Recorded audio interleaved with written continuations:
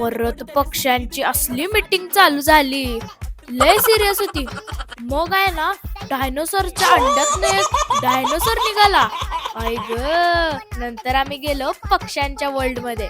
इथं पप्पाच्या हातावर एक पक्षी बसलेला. तो तर लयच मोठा होता. मला तर भीती वाटली म्हणून मी पळतच गेलो. नंतर मम्मी त्या पक्ष्याच्या जवळ गेली. मम्मी पण भिली.